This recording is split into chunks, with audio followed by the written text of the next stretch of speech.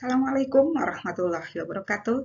Perkenalkan, nama saya Vina Ilyani, guru pendidikan agama Islam di SMK Negeri 3, Bale Endah, Kabupaten Bandung.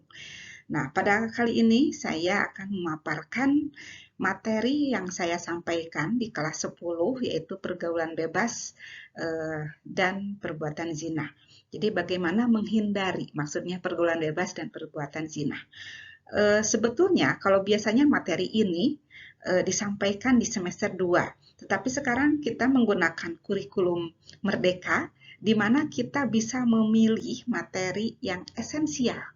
Jadi tidak ada lagi penyekatan per semester, betul-betul kita los gitu ya dalam 1 tahun, bisa memilih materi yang esensial di lebih dahulukan. Dan pergaulan bebas dan perbuatan zina ini merupakan sesuatu yang harus disampaikan terlebih dahulu sebelum mereka terkontaminasi atau pengaruh-pengaruh dari media sosial.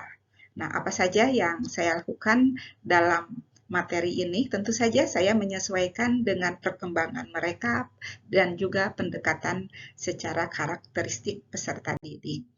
Nah, di sini kalau untuk materi, terlebih dahulu mereka juga bisa membuka beberapa sumber, diantaranya buku yang menjadi pegangan atau sumber-sumber lain yang relevan. Di sini kami hanya memberikan stimulus saja dan sedikit memberikan gambaran diskusi dengan mereka apa sih pergaulan bebas itu gitu.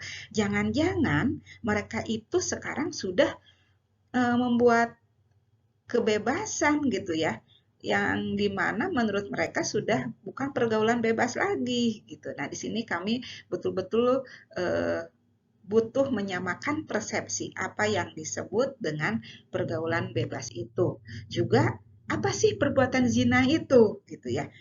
Nauzubillah gitu. Ketika mereka ada yang menganggap ini sebagai gaya hidup gitu. Nah, di sini juga kita membuat kesepakatan dari berbagai sumber apa yang disebut dengan perbuatan zina itu. Nah, supaya mencapai berpikir kritis, apa yang kita lakukan dalam pembelajaran ini? Tentu saja kita tidak mengandalkan hanya hafal saja, hanya menyebutkan definisi saja, atau hanya menghafal ayat saja, tetapi benar-benar harus menjadi pola pikir mereka bahwa kenapa bahwa pergaulan itu bebas itu dilarang gitu. Kenapa agama itu melarang? Nah, ini harus dibangun pemahaman-pemahaman, dukungan-dukungan dari dampak-dampak perbuatan zina ataupun dampak pergaulan bebas itu sendiri dari berbagai sudut pandang, yaitu secara medis, secara psikis, juga secara sosial. Untuk itu, kami di sini membuka sebuah tayangan video kami dapatkan dari YouTube. Tentunya di sini pemilihan videonya yang aman untuk mereka, karena ketika kita salah menayangkan, mereka itu bukan menjadi takut, tapi mereka justru merasa diberi contoh.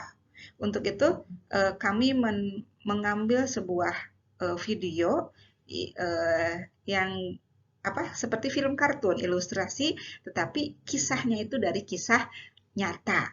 Dan sebelum memperhatikan tayangan video itu, mereka dipersiapkan dulu berpikirnya, supaya selama menonton itu mereka berpikir gitu, apa hukum pergaulan bebas dan zina menurut agama? Kemudian, apa dampak pergaulan bebas dan zina bagi kesehatan fisik dan psikis? Kemudian, apa dampak pergaulan bebas dan zina secara sosial?